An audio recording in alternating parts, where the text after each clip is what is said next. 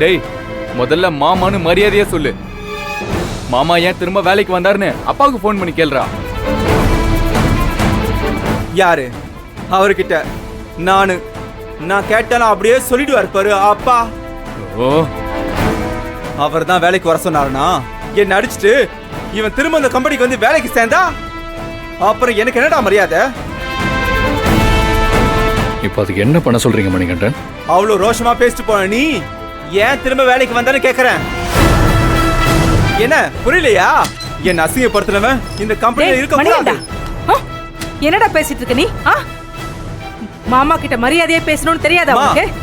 புருஷனும் பொண்டாட்டியுமா சேர்ந்து நம்ம காசெல்லாம் அழிக்கணும்னு நினைக்கிறாங்க.